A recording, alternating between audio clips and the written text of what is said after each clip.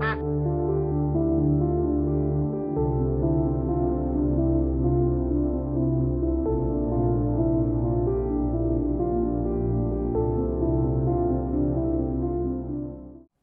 to the start of episode 2, where we are searching for the toxic god, with our empire, the Brotherhood of Finality, with Knight Commander Bruisin Fumefist as our leader. Last episode we found out, in the first episode, that we spawned at the inner section of this, interesting looking galaxy. We are kind of blocked off from exploring much further without getting our fleet together, because this choke point has some hostile vessels, and so does this choke point over here. And I want to get through this one first. So the plan this episode is going to be, well, building at least a core, a section of territory, probably stopping about here. We'll definitely want to colonize this world. This will be our left border choke point, western border choke point, unless we can expand further, which I'm hoping we'll be able to. I'm hoping I can get to here, because I think that's the next choke point, because I'm pretty sure these don't connect to anything else. I don't see. It has to. I'm pretty sure I would like to get to here eventually. But most I want to break through the right-hand side, which means I'm going to need a fleet. I'm thinking 10 corvettes, maybe. Yeah, that's kind of what I'm thinking I'll need to do here. So, that's kind of the game plan. Let's go ahead and get going. Construction completed. The other thing is that I'm going to have to decide exactly where I want to build my bases, because they take alloys. So I don't want to spend all my alloys building these star bases if I don't necessarily need to. So yeah, we'll see. I think what I'm going to do here, if 1 and 2. Oh, that sucks. Oh, I was hoping that they would be 3 energy credits for one thing, but I'll take the 2 right now. A system has been surveyed. Tectonic activity on this planet's surface does not match simulations and is highly atypical for planets of this class. Yeah, sure. All right. Surveyed this. Impressive structures litter Drisk 4s. Is that the Dune planet? It is not. This is the Dune planet right here. Okay. Yeah, sure. Let's look into it. The situation has been cataloged. Before we develop faster than light travel, several sublight exploration probes were dispatched from Finality at near relativistic speeds towards nearby systems. The scientists who developed the probes naively included sensitive information about our culture in their memory cores as a form of greeting to alien civilizations. Hey, we've done that.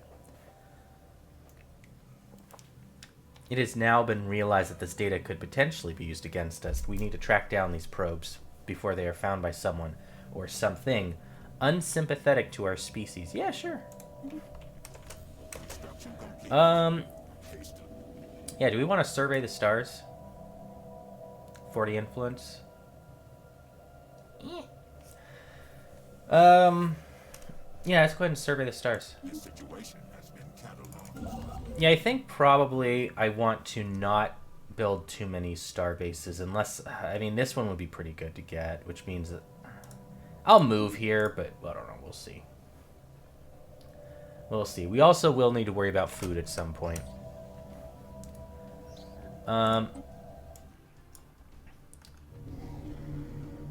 This is the tectonic activity one, I'm pretty sure. Deep probing has shown that... Excuse me, I was zoomed in. Tathagat 5A is not as frozen as we had assumed. Whatever we thought to be its outer crust is actually only a relatively thin layer of ice covering a vast ocean. In fact, most of its mass is made up of water. with a highly active overheated core that creates a potent geothermal heater. The water boils near the core but cools as it rises to the surface and freezes into several kilometers thick layers of ice. Yeah, cool. Oh, 3 energy credits. Woo! There's 9 energy credits in that system, actually. Huh. Let's actually see there. Right now, I have 3 available jobs, which are clerks and a miner. I would love to... Well, the temple's going to be built soon. I would love to probably save up to get rid of a sprawling sum so I can create a pop.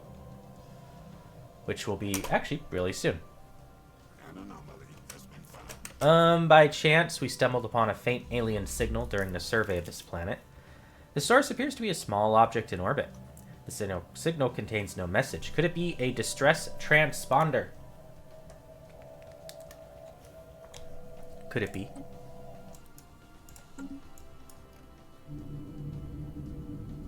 Frozen world.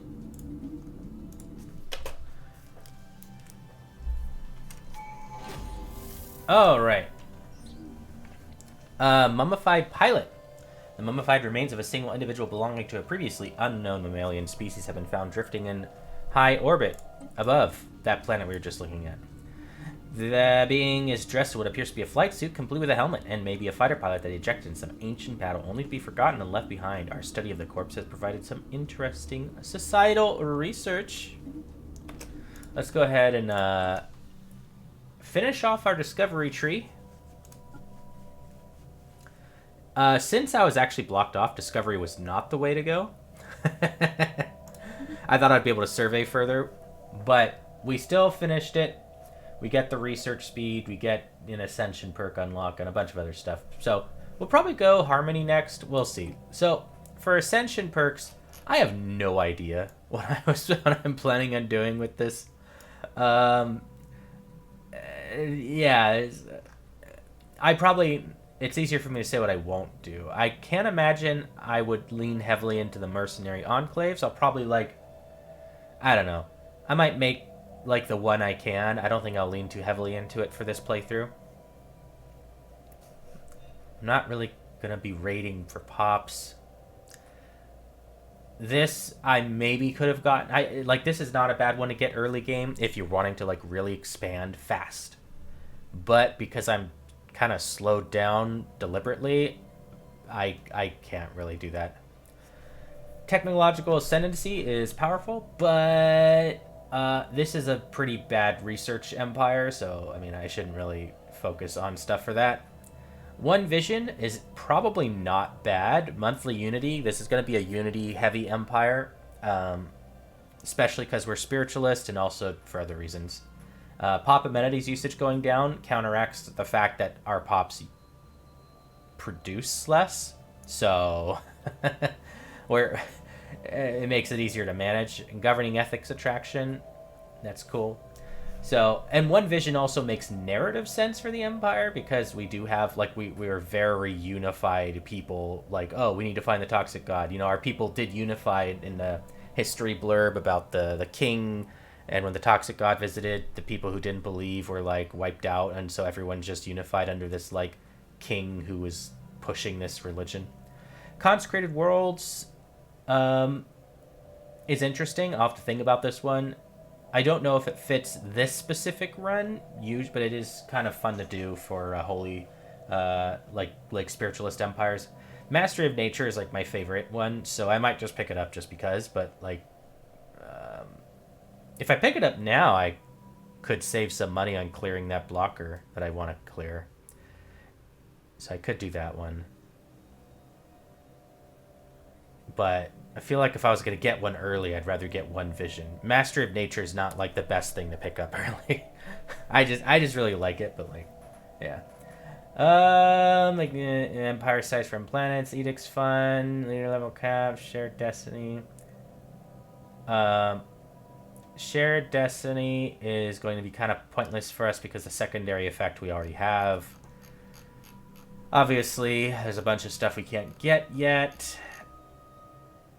I think I'm going to go for one vision. I think it makes a lot of narrative sense, and also it'll help push our Unity even further. Right now, we are producing... Why am I blind? Oh, there it is. This is our Unity. 37. Yay! We'll get an extra, like, 3. Okay. Yeah, let's go ahead and grab one vision. I think it just narratively, it makes sense. It's also not bad to grab early. So let's go ahead and get that. Alright. And then we also have a first contact thing. We have picked up readings of unknown nature. The signals seem to follow some kind of repeating syntax, which could indicate sapient origin. It should be investigated further. Whether they seem to be concentrated around a single space station. Oh, yeah, this is the station. Oh, okay, yeah. Okay, yeah. I'm wondering which station we'll have, because they're definitely going to be in our borders. No way anyone's going to snatch that up. The question is now, do I actually go for 2, 3, 2, 2? It's all spread out. I'm going to go for this later.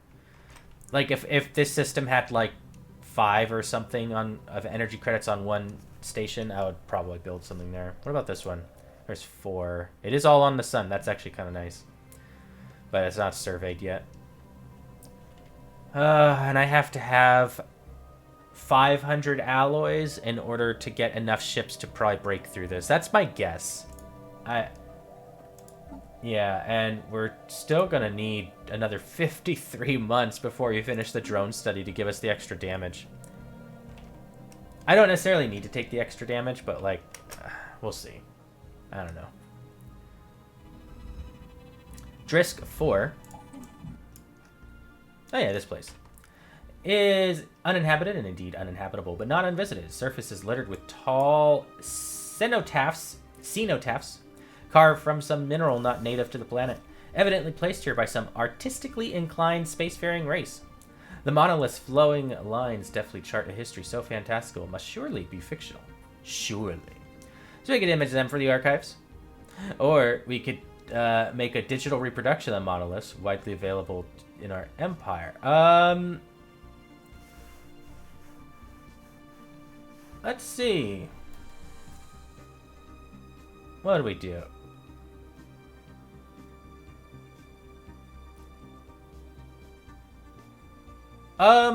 It's funny how this one doesn't have, like, an immediate benefit, but I think it is the one that we would do. I think we would probably take this as, like, a sign, like, oh gosh, this is probably a sign that they have seen the divine, Yeah, let's spread them.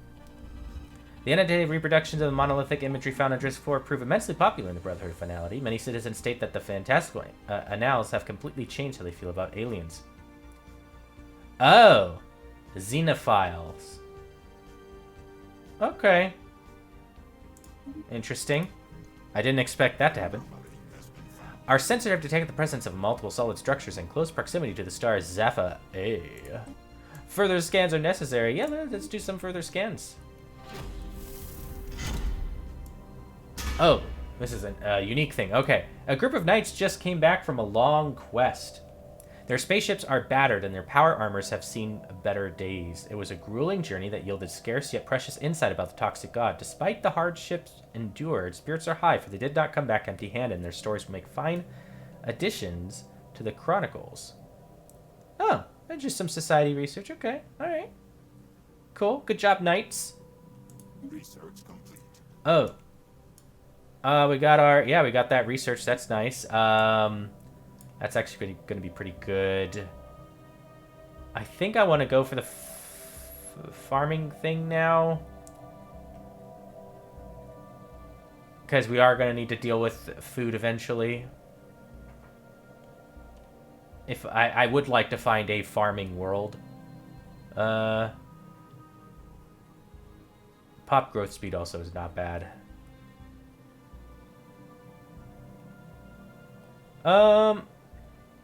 Let's actually go through this. We'll go with this first. I'm also thinking, like, if I don't know if I'm going to go... Like, I don't know what I'm going to go for this run when it comes to, like, the ascension paths. Like, you have going down the genetic, ascension, where you're, like, altering your biology. The cyborgs, the synthetics, and the psychic one. What are they called? The psionic. And I'm not going to go synthetic. That's like the only one I know I'm not going to do. It doesn't make sense for this empire to go synthetic. Cyborg also is like...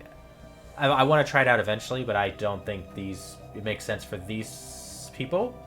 I think it's either going to be psionic or the genetic engineering. And probably, I think genetic engineering might make the most sense, but I wouldn't be opposed to psionic, especially because I do take inspiration from the Warhammer 40k orcs, and they are powerful psychers. So, we'll see. Pyrovore Colony. Where's this? Oh, this is yeah. The unknown structures revealed to be large, transparent domes turned towards the star, suggesting they were used as greenhouses or hydroponic labs. Most of them are broken and lifeless, but bizarrely on some labs, life seems to thrive despite, or perhaps because of, the harsh conditions arising from their close solar proximity. Large colonies of primitive organisms that have somehow adapted to the extreme heat and vacuum of space are covering the hulls of multiple satellites. It would likely be impossible to move samples of these organisms away from the star, but even remote observation will be invaluable for studying their unique adaptations. That's cool. All right. +6 society research for that. And we discovered rare crystals. We'll be able to get those at some point. Let's go ahead and... I still need to deal with my first contact event. Things happen so fast when you're in fast speed. Oh, we found volatile modes. All right, so we found all 3 of them. We just, can't do much with them yet. This is the station. Okay. As we began to pick up more and more visual images of the aliens known as the Sin aliens, it was inevitable that these would eventually be leaked to the wider public. Their appearance has provoked widespread dismay amongst our populace, who have taken to describing them as repulsive bugs. Already, many are demanding that we take action to deal with the new arthropoid threat. And so, are we going to have to deal with these repulsive bugs that will give xenophobe ethics attraction for 10 years? Or are we going to basically say, well, it's not really, they can't be that bad, and our populace are going to be like, I don't know, they seem pretty sus. Well,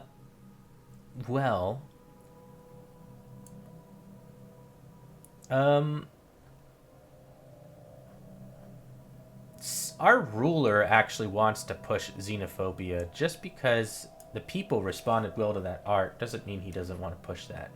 So yeah, let's push that. Oh, look at, a face only a mother could love.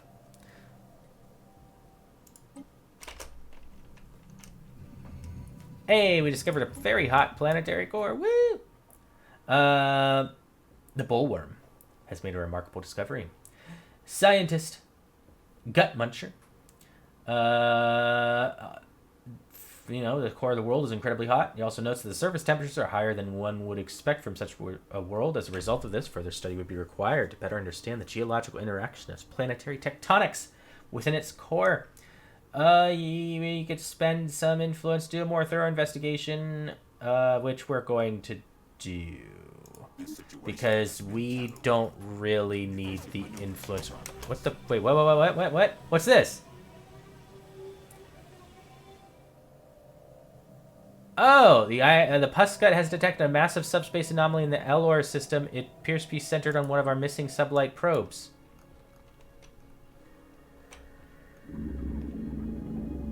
A void cloud. Oh, and there's one of our probes. We must proceed with caution. This situation has been cataloged. Okay, well, System has been surveyed. interesting. So we will need to deal with that too. 588. Yeah, that'll be actually probably be a decent test. I think they are usually vulnerable to. I think they usually have. Wait, I can't remember if they're vulnerable to. Which guns they're vulnerable to, if any. Do they have shields? I can't remember. I imagine that they would have shields and not armor. I just didn't. I'm not sure. We'll find out eventually, I guess. Okay, so we need about 300 more alloys before we can get the fleet we need to go deal with that. Alright. Sounds good. Alright, so you're bored now. You can't go here. You can't go here. And this is the pus gut. This is... This is with our psychic one. That's right. She does have an better archaeological skills. Let's go have her excavate this site. Oh, no, there is someone to the right. Oh, god damn it. That's actually... Oh, my god, this is so bad. All right.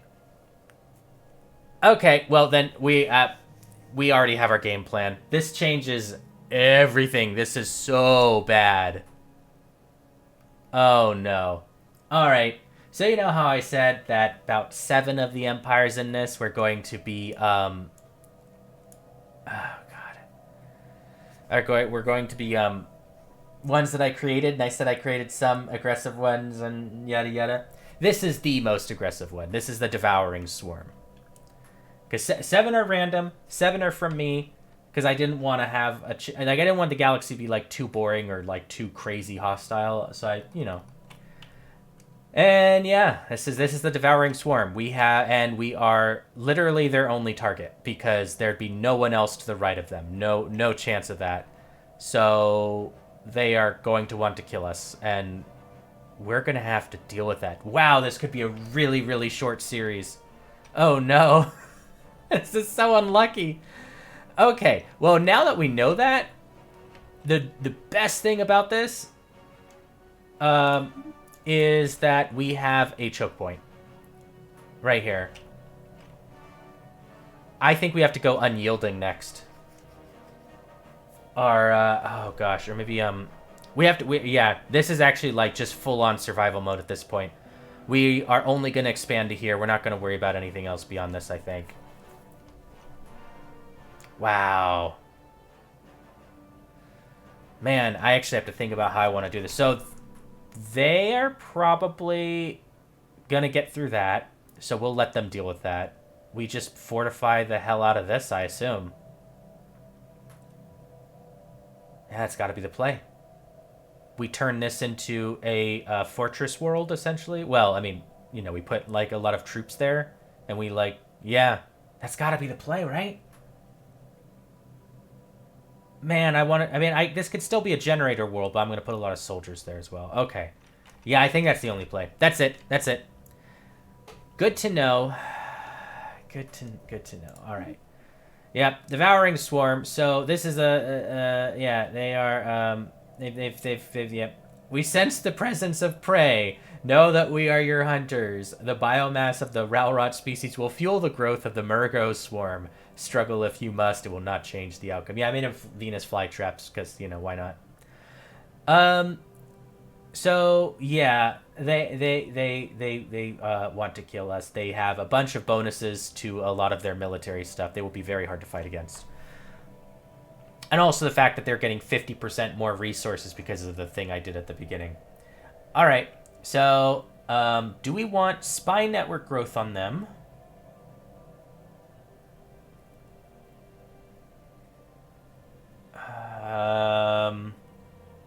Or we want the problem. So they're gonna declare war on us anyways. Probably the attitude isn't really gonna matter right now. I think we need to get that spy growth, like, right now. So I gotta know how many ships they have already. Because another thing about this build that I did for them is that they get alloys through food. They're a plant swarm, and their ships are like plants as well, like they're living ships. All right. Yeah, the news that we have encountered intelligent alien life for the first time has been received with mixed feelings by our populace. Who's thinking positively about this one? This confirms what we had long suspected. We are not alone in this galaxy. Each new alien species we encounter represents both an opportunity and a threat. We must be wary. These particular Xenas have level of technology similar to our own, indicating that we achieved spaceflight roughly about the same time. All right, so we need to plan this out. So first of all, I think we need to find an admiral for our fleet. So Highborn for admirals gives us combat disengagement chance and ship upkeep. Ooh, but I feel like we are probably gonna go. Do we have what's our war policy right now? No, sorry, not our war policy. It's Where is it? Is it maybe it's something we can't do yet? I can't remember where it is.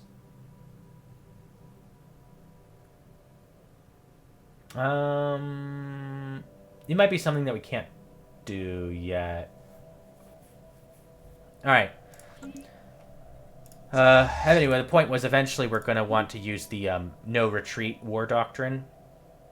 And because I feel like that's what we're like. I don't think we basically just need to hold the line as best we can. All right, so but ship upkeep, that's cool. And paladin is honestly the stalwart trait is going to come in handy because this is why we have paladin and a bunch of other stuff that help us with defensive wars. So we are at least good on that front.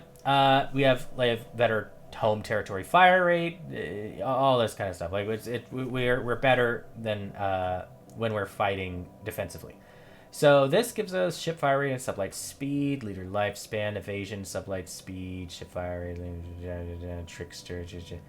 All right.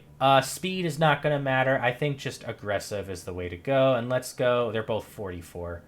Pox pus or spoil taint? You know, we got to go with spoil taint. I'm pretty sure spoil taint is... Wait, oh, we also have abscess cull. I like spoil taint. It's got to be spoil taint. Spoil taint is going to lead our fleet to victory. Okay, and we're going to have to probably... We're going to want... 10 is going to be too little.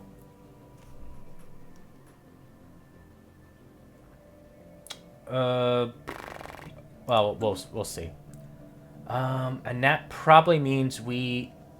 See, energy credits, you know, we need to get a pop as quickly as possible. So let's get rid of the sprawling sums.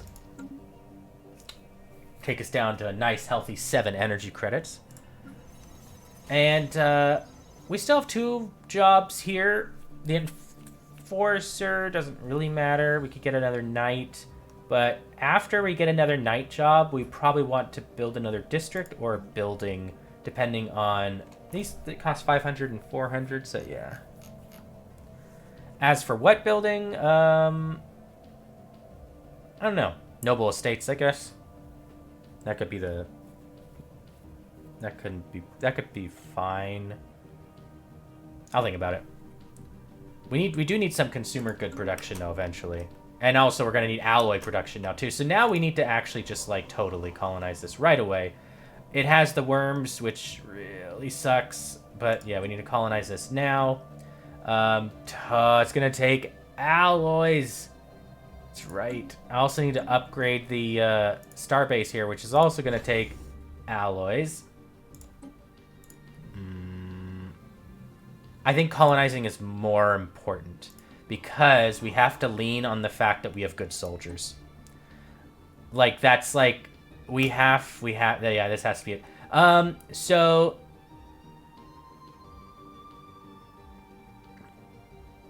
I mean, they pretty much stated their intentions. It is not like meta of me to,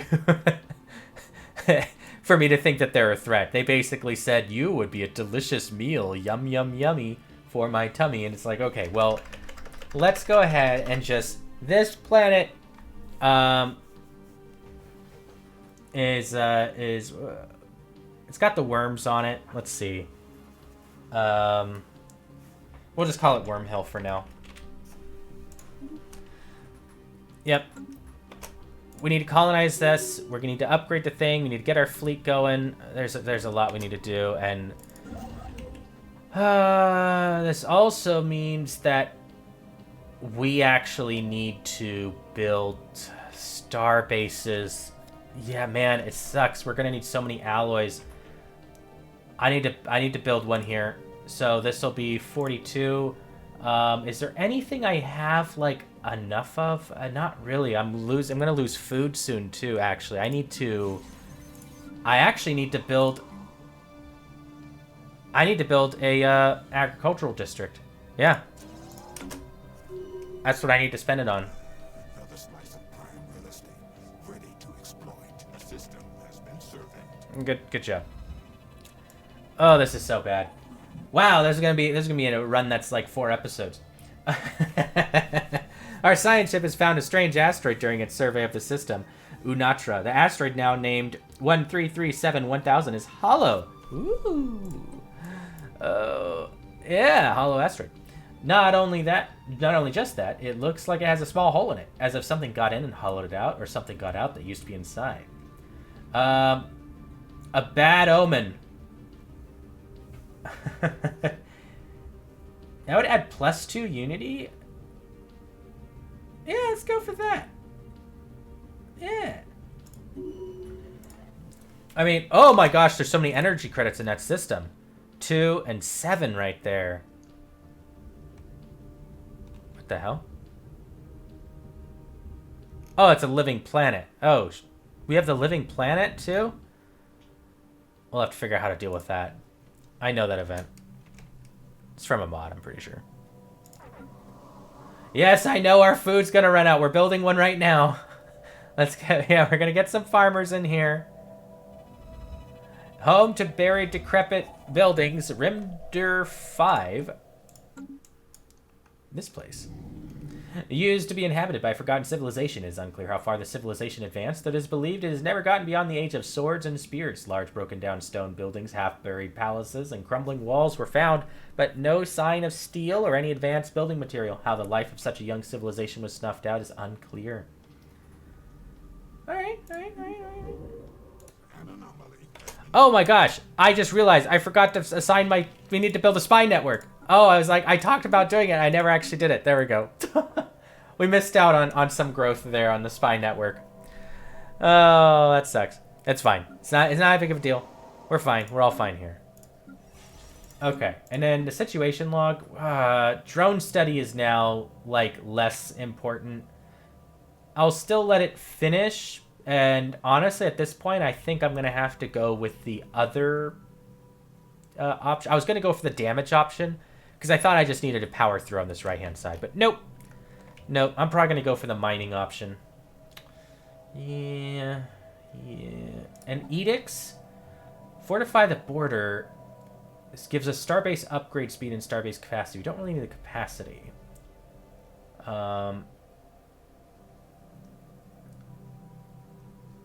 Let's see. We can't do that. Yeah, there's nothing really we can do. Spy network established. Yes, we've received our first clandestine report from Spy Master Festerflesh from the Mergo Swarm. This heralds the foundation of our first spy network within a Xeno Empire. From this day forward, they too will realize the formative benefits of Ralrot-honed information control. I mean, we'll see. You know, so right now, I mean, obviously, yeah,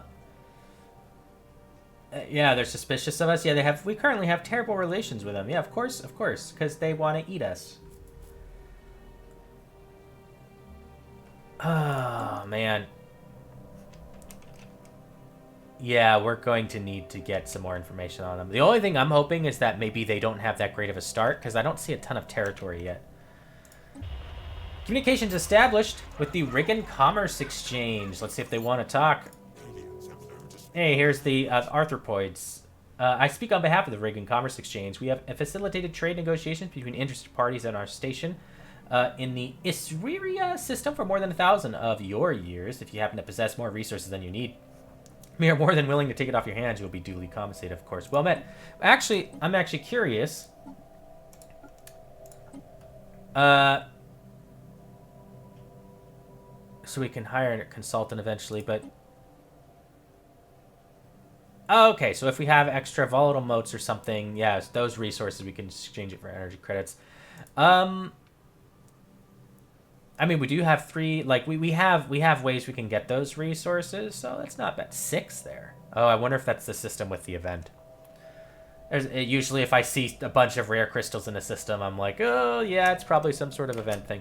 All right, so let's do the envoy here, since they're available. Atmospheric patterns of Rimdor 2 are highly atypical for a gas giant of its modest size. Yeah, let's go ahead and look at that.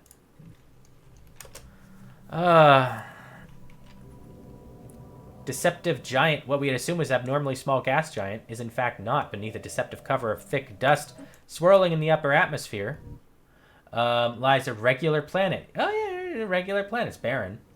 but a planet nonetheless. This has proven quite embarrassing to the astronomical community on finality. Remarkable. A system has been surveyed. Oh my gosh, 21 energy credits total? That's so much. It's amazing. All right. Oh man. Yeah, I think I do have to build. I think I have to build the starbase now. Here and I have to go here, and then I have to go here just for the alloys. I need those I need to pump out alloys. So this is like an investment. Obviously, like it makes sense to like start just pumping alloys into like my starbase here and my fleet, but like I think I need to invest my alloys in future alloy production before I can actually like do much with this. Again, this is it is really bad. It is really, really bad because like they have they have so many more bonuses. They expanded this way. Okay. A noxious planet. Ooh, that's like our type of world, a toxic world. Orbits its sun in the wrong direction compared to the others in this star system for an object of size. This is highly unusual. Yeah, let's take a look at it. And we have some forgotten ruins. Oh, in the same place. Most of the ruins are buried, and the ones that haven't eroded, or that ones that have eroded so much that they are barely recognizable. The ruins depict various pictures and writing, most of which is a record of their own culture. There is a common theme in each of the different depictions. Remember us. It seems this culture knew they were fading away. All they wanted was to be remembered. It looks like no one has for millions of years. Incredible. Our colonists have reached their destination. Okay, so we got the planet. Cool. Okay. Oh my god, we need energy credits. And we need food. Wait, we're not... Are you not working as a farmer, dude? We need farmers. Oh, it's because... okay, well, we don't really need... There we go. We'll take it from there. We go. Let's get some food going. And then we need... energy credits, which we can sell consumer goods for, but what we're going to want to do... Oh, we're colonizing it now.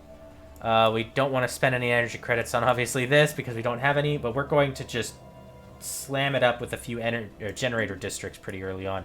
The problem is that they're going to be so expensive because of those worms. Appears that Rimdor 3 had a close encounter with Rimdor 1, a neighboring gas giant, about 2 billion years ago. This placed Rimdor 3 in a highly elliptical orbit, one which gradually circularized over the eons, but is now orbiting its sun in the wrong direction. Studying the two planets will likely help us gain a better understanding how the Rimdor system evolved during its early history. Yes, of course. Of course. All right. I don't want to spend minerals there. 21... Yeah, let's just start moving here, because we'll get that in 4 months. So let's go ahead and get the construction ship over there. A large amount of ship debris can be found in orbit around this moon, possibly the remnants of some kind of massive fleet action. There's a lot of stuff happening in that system.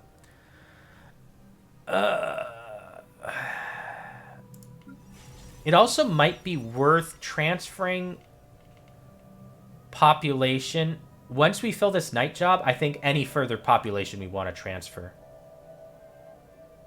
From the Oasis of Decay to probably Wormhill. Yeah. Alright, well, at least we're making a bunch of food now, which is nice. Okay, I think we go for Unyielding. Unyielding is really going to help us with defensive wars. The starbase capacity and upgrade speed is relevant.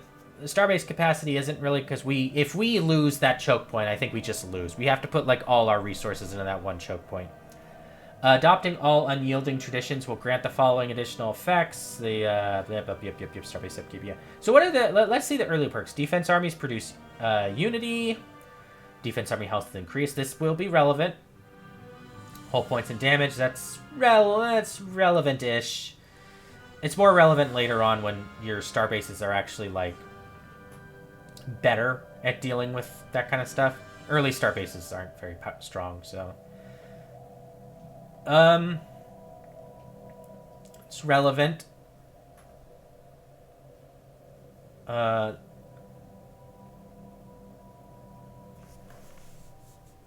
Okay, this is the hostile claim is not relevant against a devouring swarm.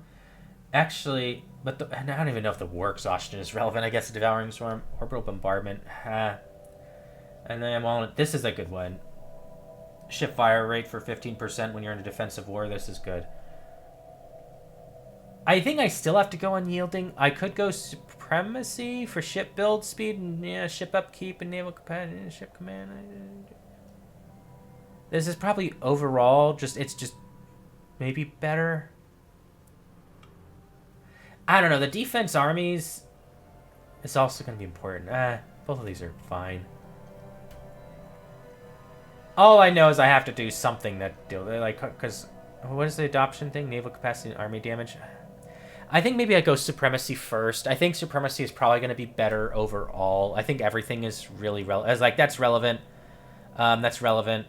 That's less relevant now, more relevant later. But since that comes later, I could just not take it for till the end. That is relevant, and that isn't relevant really. But again, those early ones are nice. And unlocks the war doctrine. Okay, we have to go supremacy. This is the war doctrine stuff that the no retreat, because we actually need no retreat, I think. Yes, let's go for supremacy. We'll go unyielding third, I think. Okay, we are going to need energy credits. We really don't want to get into debt, so let's go ahead and let's go just and sell 50 right now. Just get a little bit of leeway. Signs of battle. There is clear evidence that a massive space battle took place in close orbit in Rimdor 4A at some point in the last 5,000 years. The surface on one side of the moon is pockmarked with craters from stray weapon blasts, and scans from the ISS Bullworm picked up several hulks on the ground, though these wrecked ships are all in very poor condition. The fact that anything remains at all after the damage they must have sustained is a testament to their advanced design. Let me drink some water real quick. Science Officer Gut Muncher is preparing an expedition to sift through these derelict holes for any valuable technologies. Okay. Hey, the first visit. Despite a thorough investigation of the Meredith planet, scientist Megan Deathgout could not find any solid evidence of what has transpired here. Several material samples do match what we detected on the second planet with our onboard sensors. We should direct our next investigation there. We shall continue. Okay, so let's go ahead and see. Do we have enough to build it? We do. Let's go ahead and start building it. Because we need to build that, get the alloy production, and then build this next one, get the alloy production. An edgy storm. Ooh, an edgelord storm. Our exploration of Matsonia system is going slower than anticipated.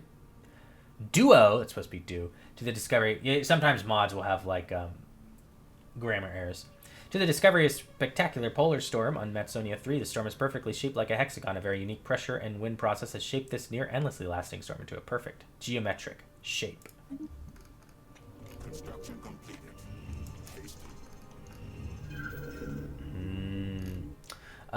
We got a strange phenomenon deep in the core of Matsonia 1 has resulted in a lot of minerals and chemicals fusing and reacting together to form very rare heavy elements. This constant tectonic activity has pushed most of those to the surface. With proper equipment, this could provide a good addition to our mining efforts. All right. Oh, so we have to decide on alloys or motes. I think motes, because we have these people. If we didn't have these people, I'd say just the +1 alloy, but since we have these people, the mote is actually more valuable. We just can't use it now, but I think that's a better investment. Dung Eater, our governor, has developed new skills. They've got lifespan. All right, that's cool. All right. I'm not going to be upset about that. We have detected that the non-aliens are weird heat blobs. Good. Good to know. Priest jobs 2. And we have no priests working right now because we have no specialists. That's fine. We'll fill them up and... Actually, can we, deprioritize this? I wish we could, have a button to deprioritize. I don't really care about the enforcers right now. I'd rather have the priests. Although they do take consumer goods for upkeep, and we don't have a good production of consumer goods yet. Discovery of hive ruins. Oh no, not another hive. Our scientist, Megan Deathcount, on board the science vessel Debaser, has made a terrifying discovery on Isiria 1. After extensive analysis, we have discovered that the fossilized remnants of this world seem to have thousands of unusual synapse nodes spread upon them. These appear to serve as massive biofactories that churn out endless swarms of bioforms. These hive worlds, as we have named them, seem to have been living creatures in their own right. Incorporating millions of bioengineered organisms, each hive world was a perfect biological factory capable of creating trillions of small and large organisms through gene replication and splicing that allowed them to adapt on every new world and environment they encounter. We can only hope these types of creatures no longer exist. They definitely do exist. They definitely do exist because they're about to destroy us. Truly horrifying. Or we can take a second look. We need to take a second look. I mean, come on. This situation has been cataloged. All right, the bullworm has revealed various structures floating in the upper atmosphere of the gas giant Matsonia 2, sorry. These abandoned structures, presumably refineries, seem to be autonomously sucking in gas at the bottom and processing it in raw solid materials, after which it is storing the materials in giant hexacylinder tanks. Most of the tanks on the structures appear to be broken, burst from within due to the pressure buildup of excess of materials. We might be able to recover some of the resources in a few of the refineries. Agua. Okay. Plus 5 energy credits is pretty good. I'm good at technology. Alright, let's go ahead and pause because you are now done. And I think at this point, I want you to just go around and do all these projects. That anomaly wasn't researched? There's an anomaly here that wasn't researched? Where is it? I don't even see it. Am I blind? Oh, it's right there. So it's good. Let's have you do the projects first. Let's go research project. Actually, no. It makes sense to also do this while you're here. Just will take you a while, but whatever. Research that. And then you'll go ahead and research that. Research that. Research that. Research that. Research that. And research that. You're gonna be doing the rounds. Good. You'll be busy for a while. 59 energy credits. Okay, we got technology. Oh, it's actually we just researched it. Oh, you know what? Nice. So yeah, we're still doing our stuff, but yeah. 1 month until we get the energy grid stuff. That'd actually be kind of good for Wormhill, because that's where we're gonna build it. Oh, well, there we go. So what are we doing next? Survey speed is definitely not important anymore. We have to go for blue lasers, I think. Because if they have, if they are doing a bunch of armor, we're going to need lasers. Yeah, has to be lasers. We don't really have any other option. We have to go hard on the lasers.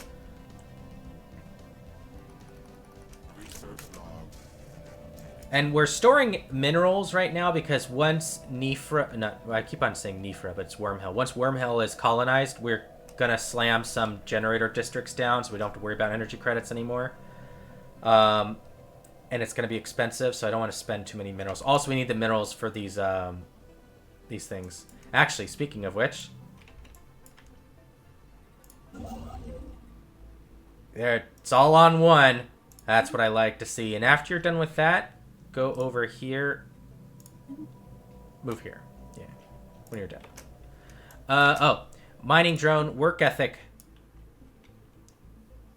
Is this because we finished the special project? I think it is. Yeah, we did. Okay. The drones and their tireless, endless work of extracting ever-diminishing resources from their local planetoids make for a somewhat dull but nevertheless informative subject of study. In fact, mining networks on Finality could stand to learn a thing or two about maximizing mineral extraction rates while conserving energy.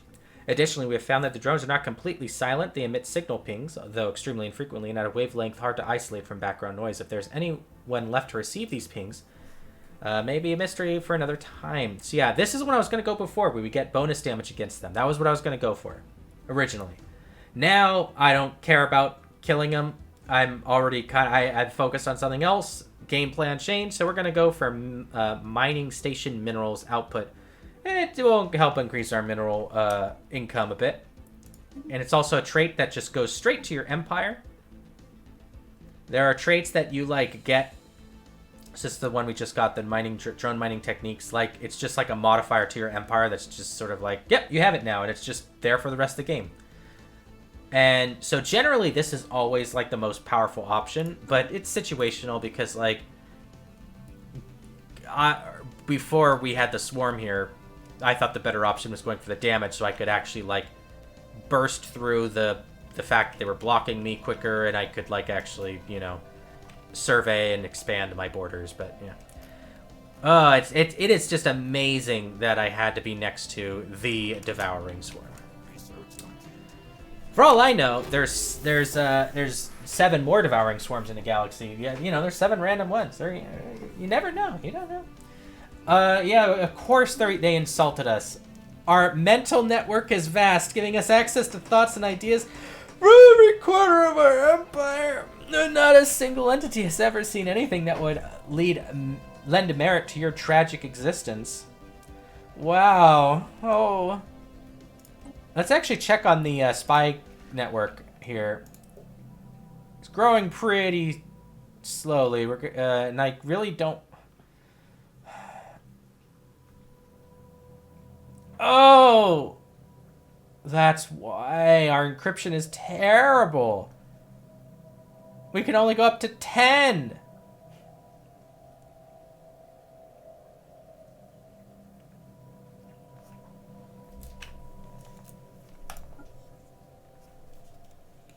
Ugh. It's really bad.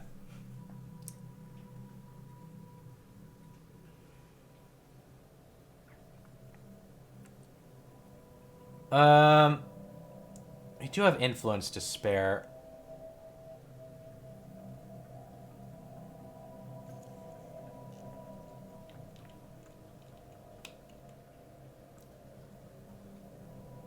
Oh, that is so bad.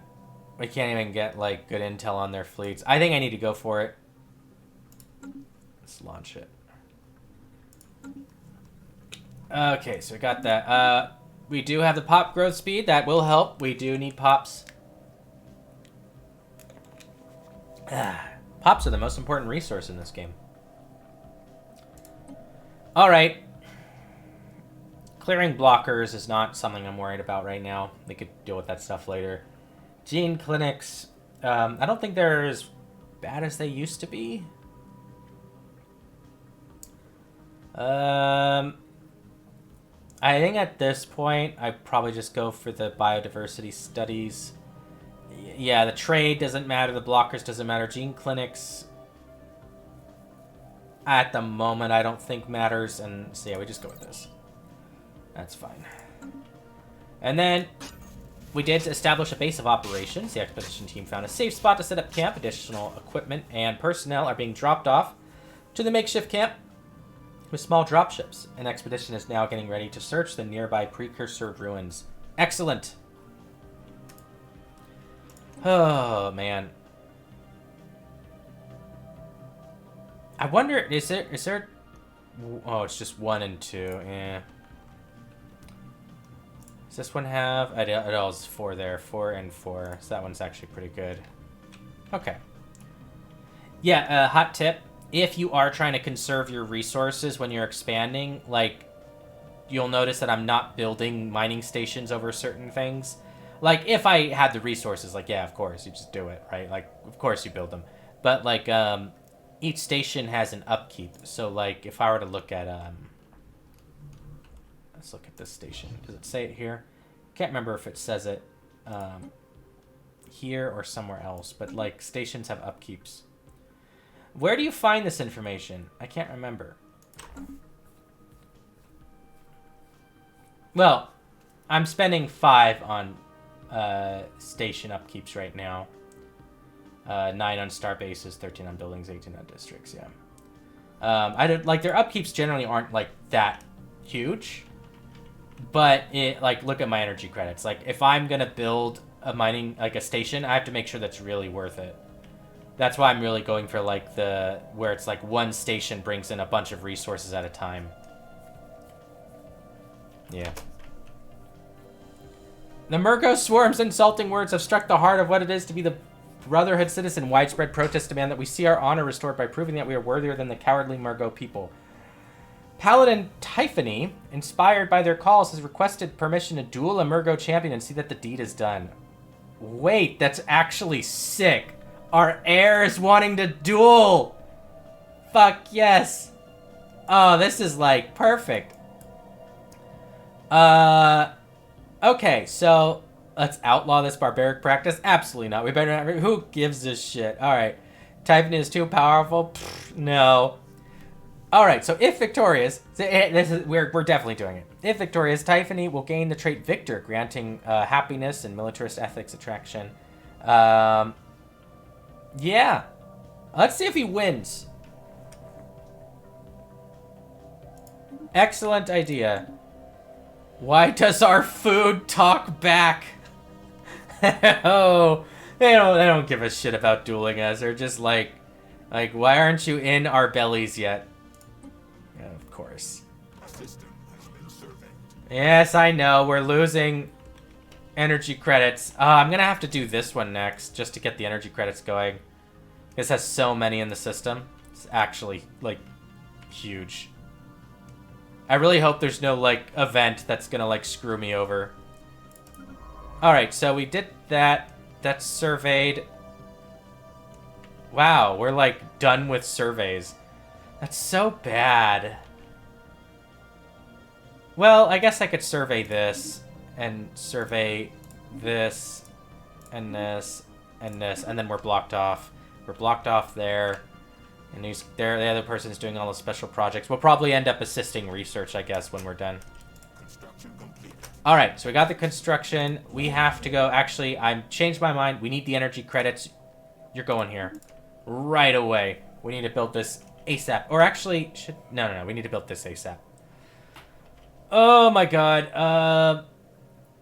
The nice thing is we can start selling food for energy credits. So let's go ahead and sell 100 food for 70 energy credits, just to kind of keep us, keep us afloat. Confidence waivers. A group of auxiliary operatives in the Murgo Swarm have begun shying away from their assigned tasks. Yeah, spying on, like, plants that want to eat us, that are a hive mind. It's probably kind of hard. Citing a lack of confidence in their overall purpose, Spymaster Festerflesh would typically handle such matters without bringing them to our attention, but even without them knowing any details, the operatives seem unusually well informed about Operation Gather Information, and perhaps the spy network as a whole. Given that his auxiliaries are kept isolated from more active and better informed agents, Festerflesh suspects the operatives are being fed information from an outside source. He also concedes that they may simply be highly perceptive individuals. Given these doubts and these threats posed to Operation Gather Information by Stellaris, Spymaster Festerflesh requests a directive on how to proceed. We don't have the energy credits. Let's just see what'll happen, because we don't have the energy credits. They panicked. Our auxiliary operatives have reacted with horror upon learning the truth of their once intangible suspicions. Festerflesh revealed only a glimpse of the bigger picture then, but it was sufficient to disrupt our supply lines. Our ability to subvert Murgo encryption is reduced for a time. Yes, of course. Let's make this more difficult than it already was. Research log. Our team under Gutmuncher has finished their expedition on Rimdor 4 and returned to the ISS Bullworm. Thankfully, the starship graveyard on the surface proved to be a technological treasure trove. Sick. Studying the remains of these vessels has advanced our research in certain fields by several years, and there are yet things to discover. A permanent science outpost in orbit would be a great boon for our starship engineering efforts. Good. That's actually good. That's a lot of engineering research, which we do need. Yes, I know, our energy credits. Because right now, we could get coil guns soon. 8 months? Yeah, that pushed it ahead quite a bit. Okay.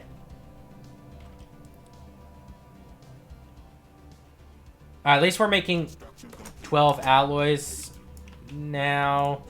We want to build all the mining stations here, actually. We want to go all out. I think. Hold on, let me check. 3, 3, 3, 3, 7, 4, 3. These are all good. All of them are good. 3, yeah. Yeah, this is the one that we actually want to go all out. I really hope there's no event that's going to screw us over here. Alright, the Voltom trade post. This is the other thing. Was home to a small... Rimdor 5A was home to a small Voltom outpost where they traded with several neighboring civilizations. At some point, the trade post appears to have been converted into a religious mission. where the Voltom attempted to convert visiting alien merchants to their philosophy. Trade ceased shortly afterwards, and the moon was eventually abandoned. Fascinating. Absolutely fascinating. Oh, wow. This time flew by really fast. Is this a good stopping point? Let's... Yeah, it's already been an hour. Gosh. I always have so much fun at this game. It always goes by way too fast.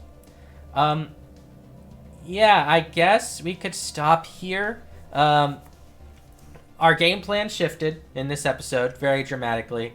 Well, I mean, honestly, we'll see how short of a run this is. I was wondering, like, ooh, like, what if we get, like, really unlucky and this only goes for a few episodes? Like, what do I do? And it's like, no, I think it's just part of the thing. We just play through it and hope we survive. I think we do still have a decent chance.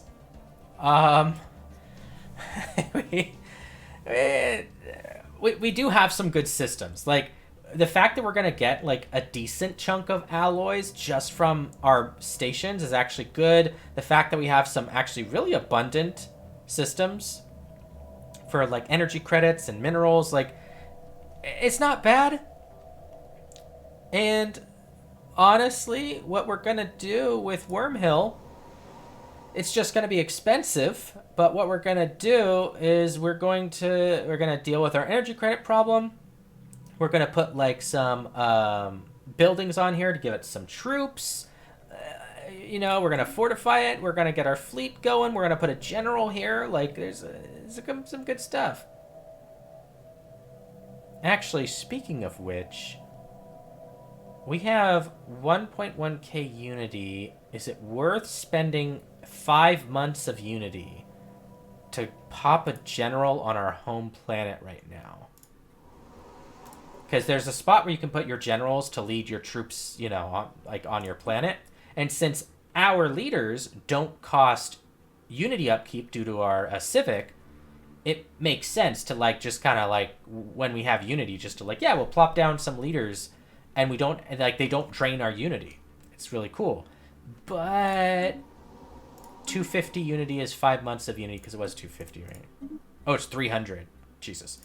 So 6 months of Unity. 6 months of Unity for a general. I feel like we can't waste it on this system. I think we have to put everything here. So we'll probably plop one down on Wormhill. Wormhill might be, like, the most important planet in our Empire's history if we actually do manage to make this our, targeting to Warhammer 40k, like, if this is Arcadia, if this is, like, where we make our stand, and our troops just continue holding on.